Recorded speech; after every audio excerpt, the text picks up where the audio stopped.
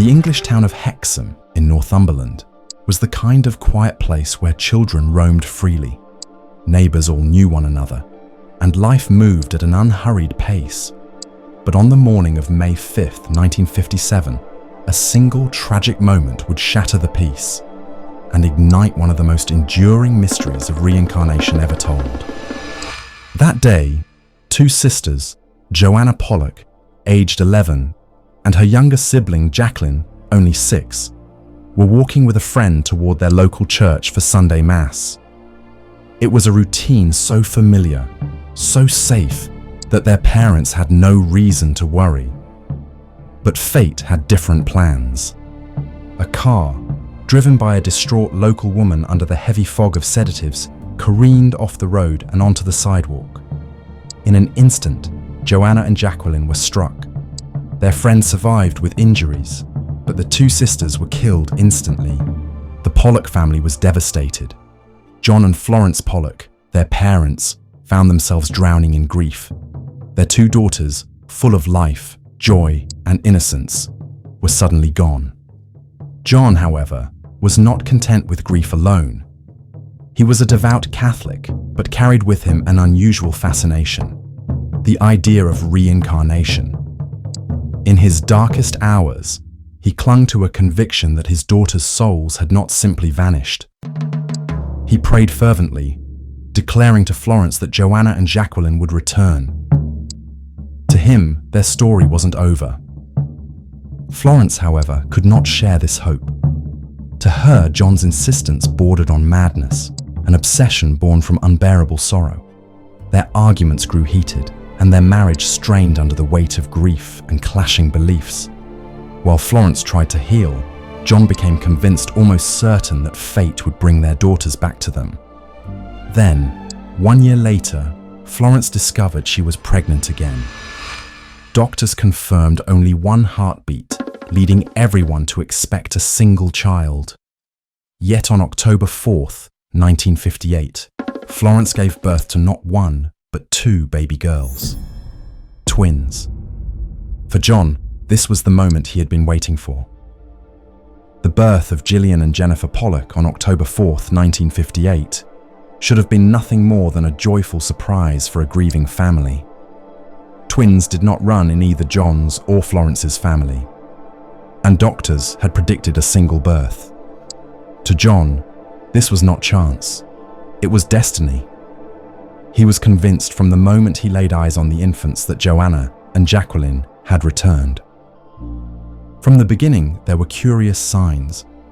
The twins were monozygotic, genetically identical, yet they bore small but striking differences. Jennifer, the younger by 10 minutes, carried 2 peculiar marks on her body. One was a birthmark across her left hip, eerily similar to a mark Jacqueline had. The other, a pale, scar-like line on her forehead, matched almost exactly the scar Jacqueline had received after tumbling into a bucket as a toddler. Gillian, in contrast, bore no such features. To John, these marks were confirmation. To Florence, they were unsettling coincidences. But as the girls grew, more peculiarities surfaced, ones that could not be explained away by simple chance. When Gillian and Jennifer were about 2 years old, Florence began noticing unusual behaviors. Despite being so young, they seemed to display preferences and habits reminiscent of their late sisters. Gillian was more mature, confident, and outgoing, much like Joanna had been. Jennifer was quieter, more reserved, and often leaned on her twin for support, just as Jacqueline had once depended on Joanna. Even in play, the differences were apparent. When toys that had once belonged to Joanna and Jacqueline were brought out of storage, the twins displayed an uncanny familiarity. Without hesitation, Gillian claimed toys that had belonged to Joanna, while Jennifer clung to items once cherished by Jacqueline. They even gave them the same names their late sisters had, names no one had told them. There was more. One day, Florence overheard Gillian scolding Jennifer gently after a minor scrape. "That's where the car hit you." The comment stopped her cold. How could her daughter, barely able to form full sentences, know the details of the fatal accident that had taken place before her birth. The uncanny echoes of the past continued. On another occasion, Gillian pointed at Jennifer's forehead and remarked, "That's where you fell on the bucket." The scar Jacqueline had received years earlier, a scar no child of 2 could possibly know about, was once again brought to light.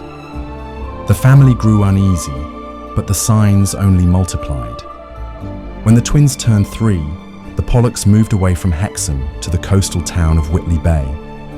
And yet, when they later returned to Hexham for a visit, Gillian and Jennifer seemed to recognize places they had never been before. Walking past a school, Jennifer cried out, "That's where we used to go!" Another time, Gillian pointed toward a playground and said, "That's where we played before." The parents were stunned. How could children barely out of infancy recall places tied so closely to the lives and deaths of their late sisters? Even Florence, once the skeptic, began to wonder if her husband might be right. As Gillian and Jennifer entered early childhood, their peculiar behaviors became more difficult to dismiss. Their personalities, so distinctly divided, seemed to echo the exact temperaments of the lost sisters, Joanna and Jacqueline. To their parents, it often felt less like raising twins and more like living with echoes from the past. One of the most unsettling aspects was their play. When left to their own imaginations, the twins often reenacted scenes that Florence and John recognized. Scenes from Joanna and Jacqueline's lives. Sometimes their games revolved around family roles, with Gillian naturally stepping into the part of the caretaker, guiding Jennifer much as Joanna had once guided Jacqueline. But at other times, the play became darker. The girls would lie down on the floor together, motionless, and whisper about the car that came. Neighbors and relatives who observed the children remarked on their unusual conversations. On one occasion, the girls began speaking vividly about crossing the road to church, describing details that matched exactly the Sunday ritual Joanna and Jacqueline had followed. "That's where we died," Jennifer reportedly told her sister once, pointing toward an imaginary road in their play. What unsettled Florence even more was how their memories often carried a kind of emotional weight, far beyond what their years should allow. The girls displayed fear of cars, especially ones parked or moving near curbs. Jennifer in particular seemed terrified of vehicles. If a car engine revved too close, she would clutch her sister's hand and tremble. Gillian, while slightly braver, often comforted her, saying things that sounded less like childhood reassurance and more like echoes of lived trauma. The Pollocks' relatives were equally disturbed. Once, when Florence dressed the girls in matching outfits, Gillian grew upset and insisted Jennifer's coat had to be different. "Jacqueline's coat was brown, not like mine," she protested. The distinction was trivial to anyone else, but to Gillian it was a matter of accuracy. Then came the episode with the toys. The Pollocks had kept a box of Joanna and Jacqueline's old belongings packed away. When the twins were around 3 years old, Florence decided to bring them out. Without hesitation, the girls claimed specific toys as their own, and not just any toys, but the exact ones their deceased sisters had cherished most.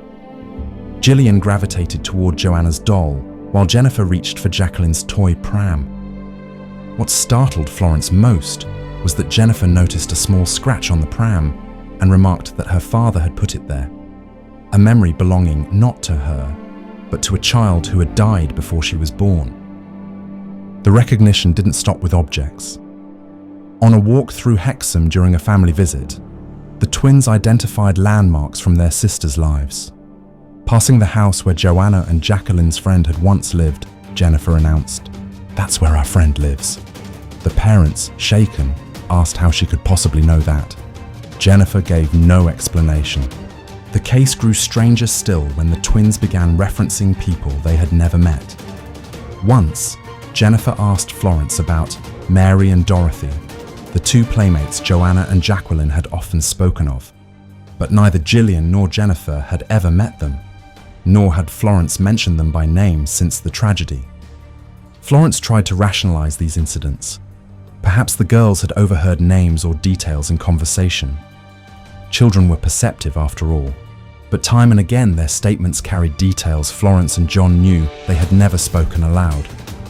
The uncanny parallels weighed heavily on the family. As the girls grew older, these memories and behaviors gradually began to fade. By the age of 6 or 7, the most specific recollections disappeared, replaced by the ordinary concerns of childhood. But for those early years, Gillian and Jennifer seemed to live in two worlds at once, their own and the one that had ended so tragically before they were even born. For John, these years cemented his belief that reincarnation was real. For Florence, the experiences shook her skepticism but left her frightened and uncertain. For the world beyond Hexham, once the story spread, the Pollock twins would become one of the most famous reincarnation cases ever recorded. Strange words and uncanny behaviors could still be written off as coincidence, imagination, or even the subconscious influence of grieving parents. But the Pollock twins carried something else that deepened the mystery: physical marks on their bodies that tied them directly to the sisters who had died. Jennifer, the younger of the two, was born with a curious mark across her left hip. It was an elongated, discolored patch, faint but unmistakable. John was stunned when he first saw it. Jacqueline, the daughter who had died at just 6 years old, had carried an almost identical birthmark in the very same place. It had been a distinguishing feature of hers, something family members remembered clearly. Now, here it was again, reappearing on a child who should have had no connection to her late sister. But the hip mark was only the beginning. Jennifer also had a peculiar line across her forehead, a pale, slightly raised scar-like mark. This mark bore an uncanny resemblance to the scar Jacqueline had earned after tumbling into a bucket as a toddler. The accident had left her with a small cut in the exact spot where Jennifer now carried her mark. Gillian, by contrast, had no such marks. She was free of birthmarks or scars, and her resemblance to Joanna, the older, more confident sister, seemed more a matter of personality than physicality. Jennifer, however, appeared to embody Jacqueline not only in temperament, but in body itself. Florence found herself torn. On one hand, birthmarks and scars could be explained as chance, peculiarities of biology. On the other, the precise placement and resemblance to Jacqueline's marks unsettled her deeply. What are the odds? She often wondered. For John, the birthmarks were undeniable proof. To him, they were physical signatures carried from one life into the next. It was not just behavior or memory at play. It was evidence written on the body itself. The matter grew more complicated when paired with the girls' statements. Once, when Jennifer complained about the mark on her forehead, Gillian reminded her, "That's where you fell on the bucket." For Florence, this was more than a coincidence. How could Gillian, who bore no mark herself, know of an accident that had scarred Jacqueline years before? To outside observers, the physical evidence became one of the most compelling aspects of the Pollock twins' case. Reincarnation accounts often relied on memories or statements that skeptics could dismiss as suggestion or fabrication. But in Gillian and Jennifer's story, the body itself seemed to carry a map of the past. Over time, researchers would note these marks in great detail. They weren't the vague shapes that people sometimes interpret into significance, like seeing animals in clouds.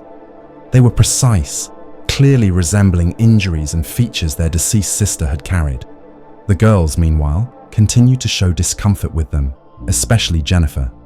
She would sometimes touch her forehead, almost absent-mindedly, as though aware of its history without being able to fully explain it.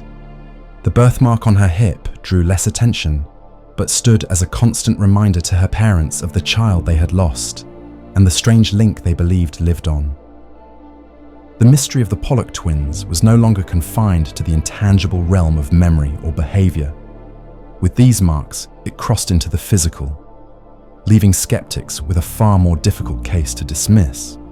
By the early 1960s, the Pollock twins' strange case had already drawn whispers beyond their small circle in Hexham. Family, neighbours, even local clergy who heard of the girls' statements could not easily dismiss them.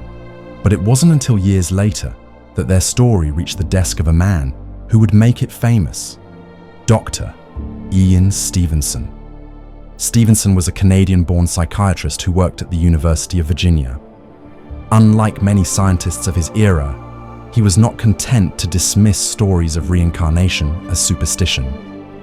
Instead, he approached them with meticulous research, interviewing families, examining evidence, and publishing detailed case studies that pushed the boundary between psychology and the paranormal. When Stevenson learned of the Pollock twins, he was fascinated. Here was a case in England, well documented, involving not only alleged memories, but also physical marks that seemed to tie one set of children to another. It was, in his eyes, a textbook reincarnation story. In 1963, Stevenson travelled to England to meet the Pollock family. By then, Gillian and Jennifer were around 5 years old, though some of their more vivid recollections were beginning to fade.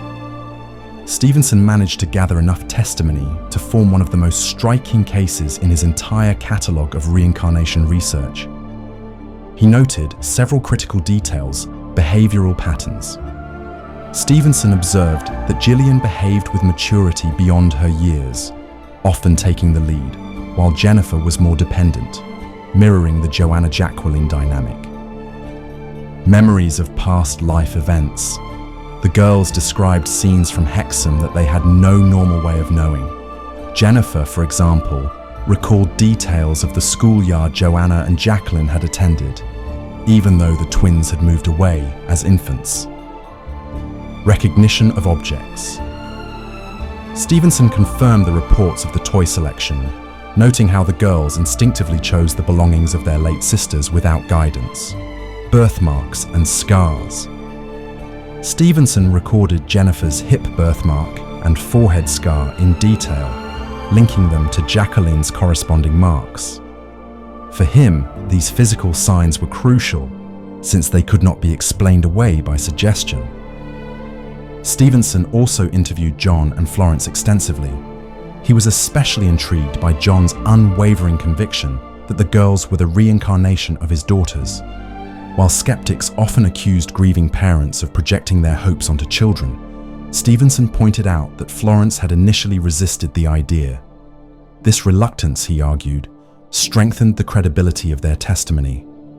The Pollock case became one of the cornerstones of Stevenson's later book, Reincarnation and Biology, a contribution to the etiology of birthmarks and birth defects.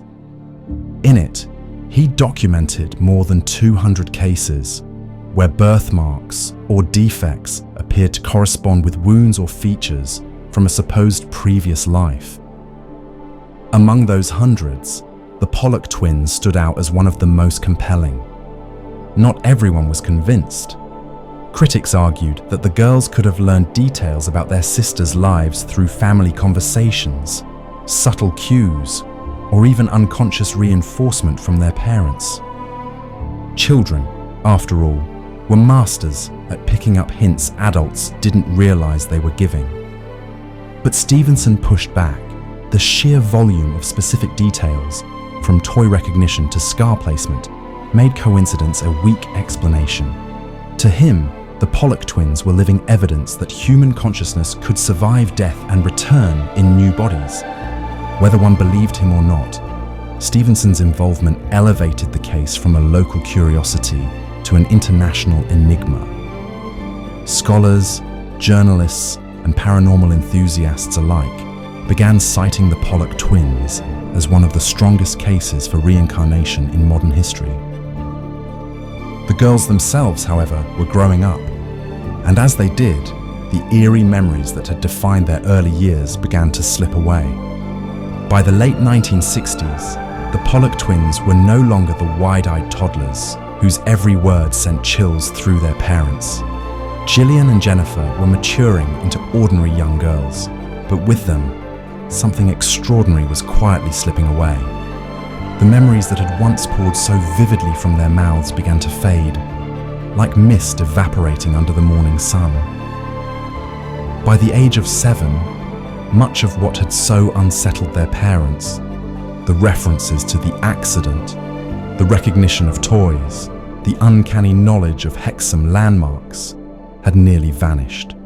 To outsiders, this fading seemed like proof that the case was nothing more than childish imagination. Perhaps the twins had simply absorbed family stories, acted them out, and then naturally moved on as their identities developed.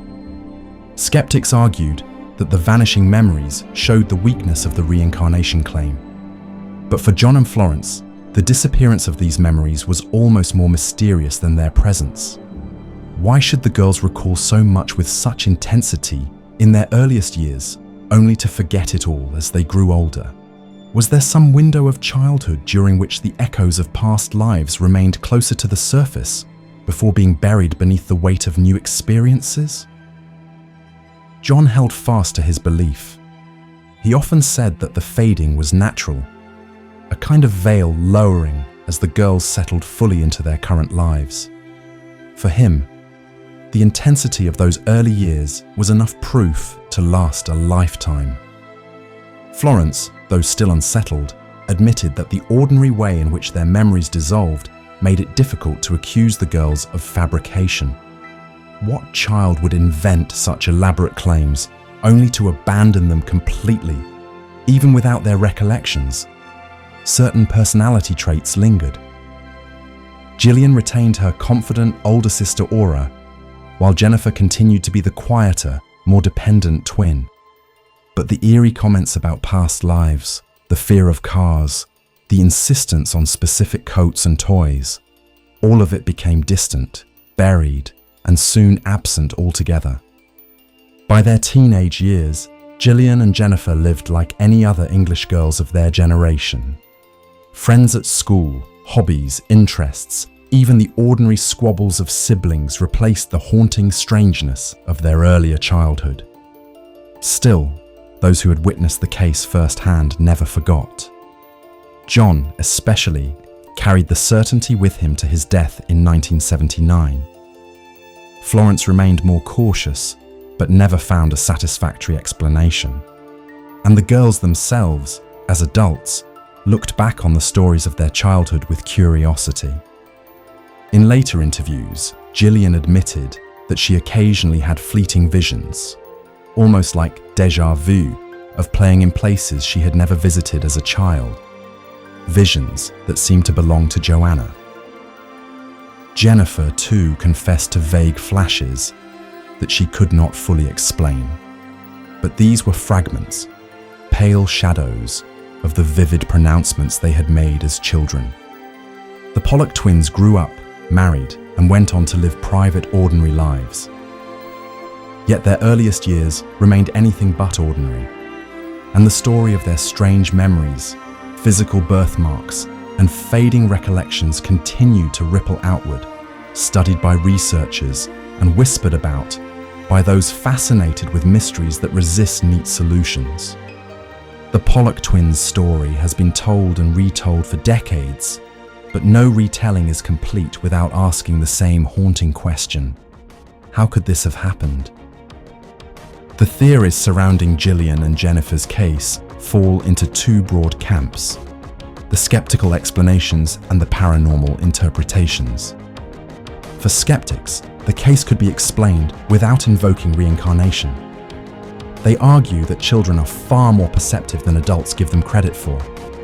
Gillian and Jennifer might have picked up stray remarks, overheard conversations, or absorbed stories about Joanna and Jacqueline without their parents realizing it. Florence herself had often spoken of her lost daughters, and John, who believed so strongly in reincarnation, might have subtly reinforced the twins' statements without meaning to. Psychologists call this suggestion the unintentional shaping of a child's beliefs and memories through parental influence. Another skeptical theory is cryptomnesia, a kind of hidden memory. According to this idea, The twins may have been exposed to information about their sisters when they were very young, forgotten the source, and later recalled it as if it were their own memory. As for the birthmarks, skeptics point out that birthmarks are common and can appear anywhere on the body. To link them to Jacqueline's old injuries, they argue, is coincidence dressed up as meaning. Humans, after all, are storytellers by nature. We search for patterns, even when none exist. For believers, however, the case is too specific, too strange, to be written off as suggestion or chance. The uncanny recognition of toys, the fear of cars, the intimate details of the accident, these, they say, are not the kind of things a toddler invents. Dr. Ian Stevenson himself leaned heavily toward the reincarnation explanation. To him, Gillian and Jennifer's memories, coupled with Jennifer's birthmarks, made the case one of the strongest on record. If reincarnation were ever to be taken seriously by science, he argued, it would be through cases like this. Others take the paranormal interpretation in different directions. Some suggest that the girls were not reincarnated souls, but instead had tapped into some kind of collective memory, a psychic link that allowed them to access the experiences of their deceased sisters. Another theory is that the intense grief of John and Florence somehow imprinted the memories of Joanna and Jacqueline onto the twins as they grew in the womb, a psychological and spiritual transfer born of trauma. Some walk the line between skepticism and belief. They suggest that while reincarnation may be difficult to prove, the Pollock twins' case at least forces us to question the limits of memory, consciousness, and identity.